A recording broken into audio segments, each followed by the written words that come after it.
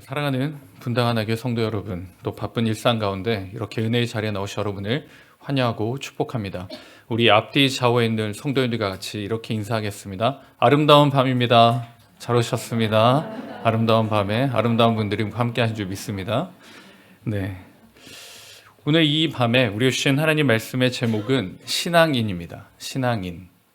요즘은 신앙인이라는 말을 잘 사용하지 않는 것 같습니다.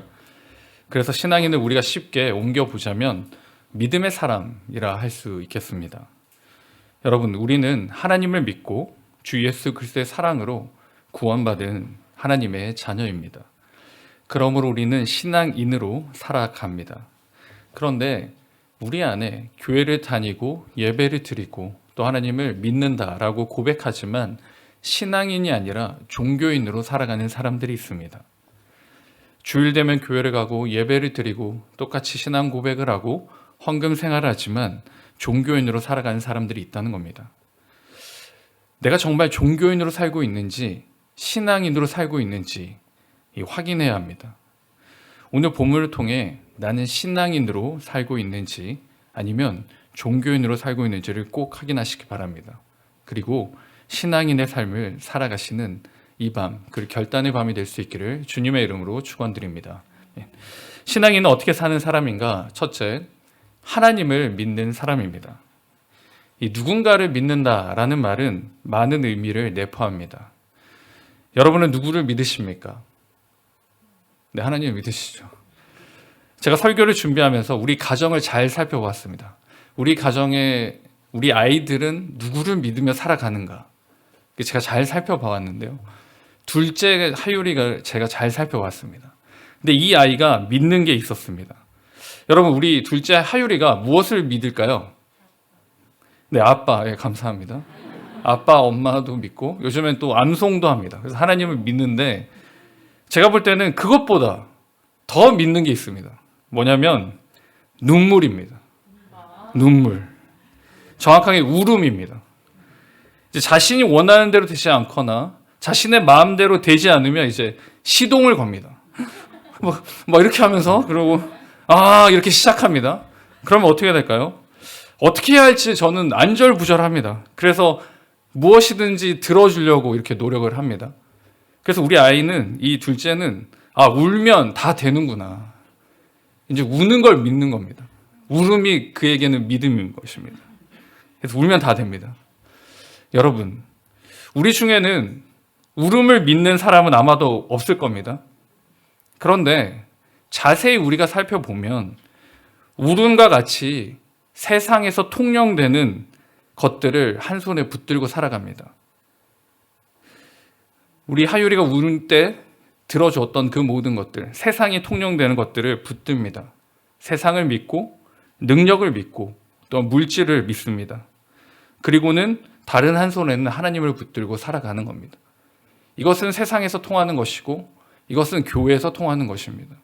이 두 가지를 붙들고 살아가는 사람, 그 사람은 종교인이라 할 수 있습니다. 그러면 신앙인은 어떻게 살아가는 사람인가? 하나님께서 아브라함을 통해 우리에게 말씀해 주고 계십니다. 아브라함은 어떻게 믿음의 사람, 신앙인이 되었는가? 바로 믿음이 있었기에 그렇습니다. 그가 무엇을 믿었습니까? 우리 17절 말씀인데요. 17절 말씀을 제가 읽겠습니다. 기록된 바 내가 너를 많은 민족의 조상으로 세웠다 하신 것 같으니 그가 믿은 바 하나님은 죽은 자를 살리시며 없는 것을 있는 것으로 부르시는 이시니라 라고 말씀합니다. 이게 하나님에 대해서 소개를 하고 있습니다. 하나님은 크고 위대하고 사랑이 넘치는 분이다 라고 설명하지 않고 지금 본문에서는 하나님을 어떻게 소개하고 있습니까? 죽은 자를 살리시며 없는 것을 있는 것으로 부르시는 분이라 라고 말씀합니다. 하나님은 죽은 자를 살리는 구원자 되심을 소개합니다. 죽음을 생명으로 바꾸시는 하나님, 당연히 절망도 희망으로 바꾸시고 슬픔도 기쁨으로 바꾸실 것이며 어둠도 빛으로 바꾸실 것입니다. 신앙인을 보여주는 믿음이 무엇입니까? 바로 이것을 믿는 것입니다. 생명의 하나님을 믿는 것이 신앙인의 믿음입니다. 시편 36편 9절에 보시면 이 믿음을 생명의 원천이다 라고 말씀합니다. 신앙인은 다른 것을 믿지 않습니다. 생명의 하나님, 그 부활의 하나님, 그 생명을 허락하신 그 하나님을 믿는 것이 신앙인의 모습입니다. 또한 무엇을 믿습니까? 존재하지 않는 것을 존재하게 하시는 하나님을 믿습니다. 무에서 유를 창조하신 하나님, 그 하나님이 바로 우리가 믿는 하나님이십니다. 하나님은 있음과 없음을 결정하십니다. 그리고 주관하시는 분이십니다. 그래서 이사야 40장 17절에 이렇게 고백합니다. 같이 한번 읽겠습니다. 시작. 그의 앞에는 모든 열방이 아무것도 아니라 그는 그들의 없는 것 같이 빈 것 같이 여기시느니라. 아멘. 무슨 말씀입니까? 하나님 앞에는 열방이 아무리 강하고 아름답고 귀한 것이더라도 아무 의미가 없다는 겁니다. 무한히 강하고 무한히 아름답고 무한한 존귀한 하나님 앞에서는 아무 쓸모도 없다는 것입니다. 여러분, 오늘 본문이 말하는 게 바로 신앙인은 이 두 가지를 믿는 사람들입니다. 사망에서 부활 소망을 가진 사람, 그 사람이 신앙인입니다. 없는 것에서 있게 하신 하나님, 그 하나님을 믿는 것이 신앙인의 믿음입니다. 여러분, 이 믿음이 있어야 합니다. 일반 사람들은 이 믿음이 없습니다. 일반적으로 이것들을 이해할 수가 없기에 그렇습니다. 형식적으로 종교 활동을 하는 사람들이 있습니다. 앞에서 말씀드렸던 것처럼 세상에 통용되는 것들을 붙잡고 하나님 앞에 교회에서의 하나님을 붙잡고 살아가는 사람들, 종교인들입니다. 근데 이 종교인들의 모습들이 어떻습니까? 소망 없이 살아갑니다. 왜 그렇습니까? 형식적인 종교 활동만 있기에 그렇습니다. 진실한 행함이 없는 것이죠. 진실한 행함이 없다는 것은 무엇입니까? 바로 죽은 것입니다. 야고보서 2장 17절에 이렇게 기록합니다. 이와 같이 행함이 없는 믿음은 그 자체가 뭐요? 죽은 것이다 라고 말씀합니다. 여러분, 앞에서 말씀드렸던 것처럼 신앙인이 무엇을 믿습니까? 부활의 하나님을 믿습니다. 죽었던 것을 살리시는 하나님을 믿습니다. 그런데 종교인들은 무엇을 믿습니까? 그 신앙을, 그 믿음이 없습니다. 죽음에서 살리신 하나님을 믿지 못합니다. 그렇게 그들의 인생도, 그들의 삶도 변함이 없는 것입니다. 주님을 믿는 믿음이 있다라고 말하지만 행함이 없다면 그 신앙은, 그 모습은 하나님의 자녀가 아닌 것입니다. 두 번째로, 내가 주님을 믿는다 함에도 모습이 변화되지 않는다면 나는 병에 걸린 것입니다. 영혼이 병든 것입니다. 야고보서 2장 14절에 보시면 내 형제들아 만일 사람이 믿음이 있노라 하고 행함이 없으면 무슨 유익이 있으리요? 그 믿음이 능히 자기를 구원하겠느냐? 영혼이 병든 것입니다. 병들어 마지막 날을 기다리고 있는 형편이 되는 것입니다. 하나님이 답답함이 여기에 있습니다. 믿는다고 하는데, 하나님을 믿는다 하고 하나님께 예배 드린다 하고 하나님을 찬양한다라고 하는데 소망 없이 살아간다는 겁니다. 부활의 소망 없이 살아가는 사람들이 있는 겁니다. 그렇게 하나님을 믿는 종교인들이 많다는 겁니다. 죽음과 없음에 그냥 받아들이고 그냥 수긍하며 살아가는 사람들, 그 사람들이 바로 종교인입니다. 그러나 믿음의 조상 그리고 신앙인들은 어떻게 삽니까? 이 땅에서의 소망이 진정한 소망이 아니었고 이 땅에서의 절망이 진정한 절망이 아니었습니다. 아브라함과 신앙인에게는 전지전능하신 하나님을 믿었습니다.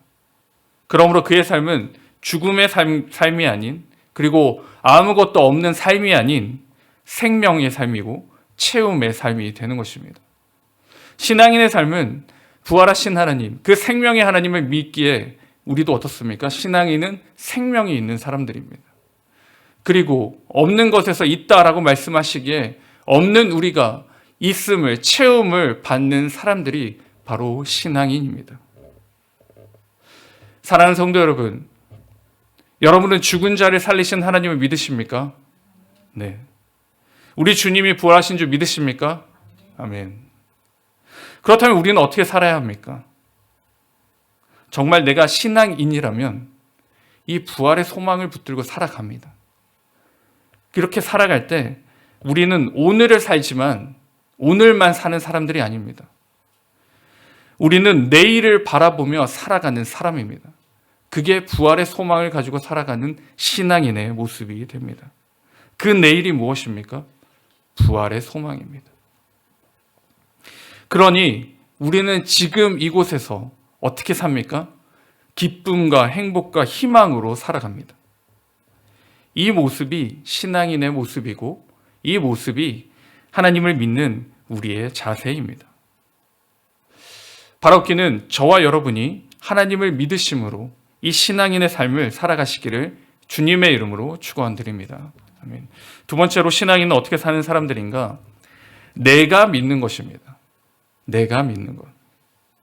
우리가 교회 생활을 하다 보면 참 귀한 사람들을 많이 만납니다.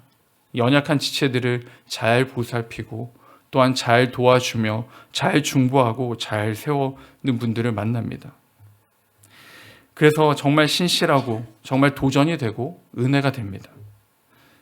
그런데 이런 분들 중에 열심을 가지고 신앙생활하고 열심히 달려갔던 사람들 중에 자기 자신에게 문제가 생기면 넘어지고 무너지는 사람들이 있습니다. 그리고 한탄하는 사람들이 있습니다. 옆에 사람들이 힘들어할 때는 잘 도와줬습니다. 잘 기도하고 잘 양육해주고 잘 품어줬습니다. 그런데 문제는 나에게 일어났을 때 무너지는 것입니다. 하나님, 어떻게 나한테 이러실 수 있습니까?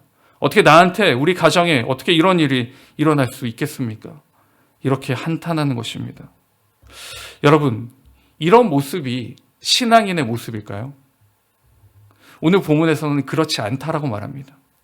신앙인의 믿음은 옆에 사람에게 일어날 때만 좋은 모습으로, 그 다음에 도전으로, 중보로, 사랑으로 나타내는 게 아니라 나에게 일어난 일에 있어서 하나님을 믿는 사람, 그 사람이 신앙인이라고 말씀합니다. 오늘 본문 아브라함의 모습을 통해 확인할 수 있습니다. 본문 18절입니다.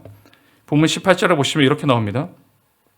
아브라함이 바랄 수 없는 중에 바라고 믿었으니 이는 내 후손이 이같으리라 하신 말씀대로 많은 민족의 조상이 되게 하려 하심이라. 바랄 수 없는 것이 무엇입니까? 모두 다 잘 알고 계시죠? 아들입니다. 하나님께서 분명히 말씀해 주셨습니다. 약속해 주셨습니다. 그런데 이 일이 왜 바랄 수 없는 것인가? 바로 그 다음 19절에 기록합니다. 19절에 그가 100세나 되어 자기 몸이 죽은 것 같고 사라의 태가 죽은 것 같음을 알고도라고 나옵니다. 지금 상황이 어떻습니까? 나이가 들었습니다. 자기 몸이 죽은 것 같다라고 기록합니다. 사라의 태가 죽었다라고 말합니다. 믿음의 조상, 신앙인인 이 아브라함에게 위험한 처지에 이르렀습니다. 하나님께서 분명히 약속해 주셨고 분명히 말씀해 주셨는데 민족의 축복과 자녀의 축복을 약속받았는데 아들을 낳을 수 있는 상태가 아닙니다. 생물학적으로 불가능합니다. 하나님의 약속이 실현되기에는 모든 것이 부정적입니다. 현실적으로 불가능한 상태입니다. 여러분, 이런 상황이면 여러분 어떻게 하시겠습니까? 자포자기 하시겠죠. 아, 그래, 안 되겠구나 라고 생각하실 겁니다. 그런데 오늘 본문이 뭐라고 말씀합니까? 이 두 사람이 믿었다라고 말합니다. 불가능한 상황을 믿은 게 아니라 지금 현실의 상황을 바라보는 게 아니라 현실을 인정하고 받아들이는 게 아니라 무엇을 믿었습니까? 하나님을 믿었다라고 말합니다. 이 창세기 15장에 보시면 아브라함이 약속을 받았는데 아무런 일이 일어나지 않습니다. 아무런 역사가 일어나지 않습니다. 무려 약속의 땅에서 10년 동안 기거했는데도 불구하고 아무런 일이 일어나지 않습니다. 그래서 그가 하나님께 뭐라고 푸념합니까? 자기가 함께하는 종 엘리에셀을 세워서 나의 상속자가 되게 하소서라고 하나님께 푸념합니다. 그렇게 하자 하나님이 창세기 15장 5절에 이렇게 말씀하십니다. 그를 이끌고 밖으로 나가 이르시되 하늘을 우러러 무별을 셀 수 있나 보라. 또 그에게 이르시되 내 자손이 이와 같으리라. 아멘. 이 말씀을 듣고 아브라함은 바랄 수 없는 중에 바라며 하나님의 약속을 붙잡는 것입니다. 신앙인의 믿음은 무엇입니까? 내가 처한 상황에서 하나님을 믿는 것입니다. 옆에 사람이 처한 상황을 믿는 것이 아니라 내가 직면하고 내가 마주하고 내가 만나고 있는 이 문제와 시험들 앞에서 하나님을 믿는 것. 그게 바로 신앙인의 믿음이 되는 것입니다. 여러분, 우리가 마주하고 있는 문제와 우리가 마주하고 있는 이 시험들을 하나님이 해결해 줄 수 없는 것처럼 보입니다. 세상은 그렇게 만듭니다. 세상은 그렇게 이야기합니다. 그리고 이 상황을 우리는 너무나 잘 압니다. 상식적이지 않다는 것을요. 그럼에도 아브라함과 사라가 어떻게 하죠? 그 절망 앞에서 무릎 꿇지 않습니다. 약해지지 않습니다. 무엇이 있었기에 그렇습니까? 믿음이 있었기에 그렇습니다. 믿음은 절망을 환희로 바꾸게 합니다. 믿음은 보이지 않는 것을 보게 하는 눈이 되는 것입니다. 믿음은 약함을 해결하는 가장 좋은 해결책입니다. 사랑하는 성도 여러분, 우리는 신앙인입니다. 그렇게 옆에 있는 지체의 아픔과 어려움을 같이 기도하고 슬퍼하고 권면해야 합니다. 귀하고 복된 모습입니다. 근데 여기서 머물지 않고 한 걸음 더 나가야 됩니다. 내가 직면한 일, 나에게 일어난 일, 그 일을 하나님 앞에 믿음으로 나가야 하는 것입니다. 나에게 일어난 일을 하나님을 믿는 믿음이 필요합니다. 지금 이 상황과 환경과 우리 가정과 자녀들에게 일어난 이 일을 하나님께서 감당하시고 하나님께서 인도해 주실 것이고 하나님께서 붙잡아 주실 것임을 믿음으로 한 걸음 나아가는 것. 그 사람이 바로 신앙인의 모습이 됩니다. 사랑하는 성도 여러분, 우리 앞에 놓여져 있는 문제들과 시험들과 어려움들 가운데 하나님을 바라보시기 바랍니다. 하나님을 붙드시기 바랍니다. 그 하나님을 의지하시기 바랍니다. 그것이 하나님이 기뻐하시는 신앙인의 모습이고 하나님이 원하시는 신앙인의 삶이 되는 것입니다. 바로 이 믿음을 가지고 꼭 신앙인의 삶을 살아가시는 저와 우리 모두가 될 수 있기를 주님의 이름으로 축원드립니다. 아멘. 신앙인으로 마지막의 모습은 의롭게 살아가는 겁니다. 신앙인은 먼저 하나님을 믿었습니다. 그리고 신앙인은 나에게 일어난 일에도 불구하고 하나님을 믿는 것입니다. 마지막 걸음은 신앙인은 의롭게 살아가는 사람들입니다. 이 의롭다라는 것은 상태를 말합니다. 내가 무언가를 해서 의롭게 된 것이 아니라 하나님께서 의롭다라고 칭해 주신 것입니다. 이 하나님께서 의롭다라고 말씀하신데 그 전제 조건이 있는데요. 오늘 본문 21절에 이렇게 기록합니다. 오늘 본문 21절 보시면 약속하신 그것을 또한 능히 이루실 줄을 확신하였으니 라고 말합니다. 의롭게 살아가는 것은 어떻게 살아가는 것입니까? 끝까지 믿음으로 살아가는 겁니다. 끝까지 믿음으로 살아가는 것. 성경의 여러 인물 중에 처음 시작은 하나님과 함께 했습니다. 그리고 그의 길도 하나님의 길이었습니다. 그런데 마지막은 비극적인 최후를 맞이한 사람이 있습니다. 너무나도 잘 아시는 사울 왕입니다. 그의 시작은 하나님이었습니다. 그리고 그의 길은 하나님과 함께였습니다. 그러나 그가 하나님을 두려워하기보다 세상을 두려워하고 그가 하나님을 즐거워하기보다 자신을 즐거워하기 시작할 때 하나님께서는 사울을 버리셨습니다. 끝까지 하나님을 믿지 못한 것입니다. 사무엘상 13장 7절에서 9절까지의 말씀인데 어떤 히브리 사람들은 요단을 건너 갓과 길르앗 땅으로 가되 사울은 아직 길가에 있고 그를 따른 모든 백성은 떨더라. 8절입니다. 사울은 사무엘이 정한 기한대로 이레 동안에 기다렸으나 사무엘이 길가로 오지 아니하며 백성이 사울에게서 흩어지는지라. 사울이 이르되 번제와 화목 제물을 이리로 가져오라 하여 번제를 드렸더니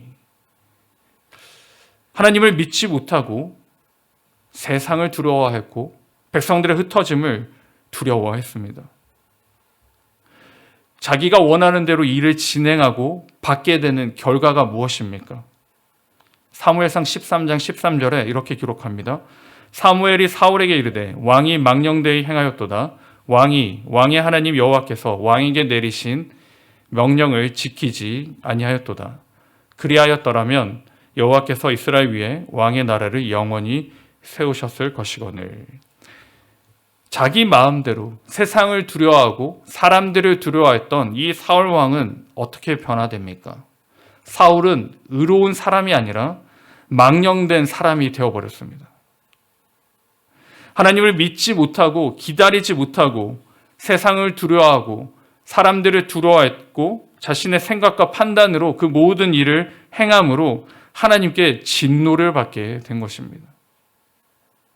반면에 의로운 사람 아브라함은 어떻습니까? 하나님 말씀을 붙잡고 흔들리지 않고 믿음으로 나아갑니다. 믿는데 언제까지 믿게 됩니까? 기분이 좋을 때만 믿습니까? 모든 일이 잘 될 때만 믿습니까? 아닙니다. 끝까지 믿습니다. 무슨 일이 일어나든지 어떤 사건이 나타나든지 마지막까지 믿는 것이 바로 이 신앙인의 믿음입니다. 우리가 아침마다 묵상하던 다니엘서가 이걸 정확하게 기록하고 있는데요. 다니엘 3장 16절 18절에 이렇게 나옵니다. 사드락과 메삭과 아벳느고가 왕에게 대답하여 이르되 느부갓네살이여 우리가 이 일에 대하여 왕에게 대답할 필요가 없나이다. 왕이여 우리가 섬기는 하나님이 계시다면 우리를 맹렬히 타는 풀무불 가운데 능히 건져내시겠고 왕의 손에서도 건져내시리이다. 그렇게 하지 아니하실지라도 왕이여 우리가 왕의 신들을 섬기지도 아니하고 왕이 세우신 금신상에게도 절하지 아니할 줄을 아옵소서라고 기록합니다. 사드락과 메삭과 아벳느고가 언제까지 하나님을 믿습니까? 마지막까지 하나님을 믿습니다. 죽음의 문턱 앞에서도 신앙을 버리지 않고 믿음을 포기하지 않습니다. 의인으로 살아가는 것, 신앙인으로 살아가는 건 끝까지 믿는 것을 말합니다. 여러분, 끝까지 믿는다. 감이 오십니까? 어떻게 해야지 끝까지 믿는 것일까요? 제가 설교를 준비하면서 끝까지 믿는 게 무엇일까? 잠잠히 고민을 해봤는데 제가 볼 때는 이런 것이었습니다. 저는 모태신앙으로 자연스럽게 교회에서 자랐습니다. 그래서 모든 게 다 자연스러웠습니다. 근데 문제는 무엇이냐? 중고등학교 때 문제였습니다. 지금은 잘 모르겠는데 저희 때는 도시락을 2개씩 싸들고 가고 이렇게 했었는데요. 제일 중요한 건 점심시간에 이제 고민을 되는 거죠. 이 고민이 됩니다. 밥을 먹어야 되는데 배운 그대로 하면 앉아서 이제 기도를 하고 이렇게 먹어야 되잖아요. 근데 처음에는 한 중학교 2학년 때까지 그냥 뭉개고 먹었어요. 기도를 안 하고 하나님 아시죠? 이러면서 그냥 먹었어요. 근데 너무 이제 찔리기 시작하는 거예요. 이러면 안 되는데. 그래서 묘수를 냈습니다. 어떻게 했냐면 도시락을 이렇게 올릴 때 기도를 하는 거예요. 아버지 감사합니다. 아멘. 이렇게 먹는 거예요. 뭐 아무도 모르죠. 너무 자연스럽게. 그래서 이제 먹고 그것도 좀 이제 아닌 것 같아요. 그래서 이제 어떻게 하냐면 뚜껑을 열 때 이제 기도합니다. 이렇게. 그러다가 제가 언제 자각을 하게 됐냐. 내가 하나님을 믿는 게 부끄러운 것인가. 나 왜 이렇게 하려면 하고 안 하려면 안 해야지. 왜 이렇게 부끄럽게 하는가.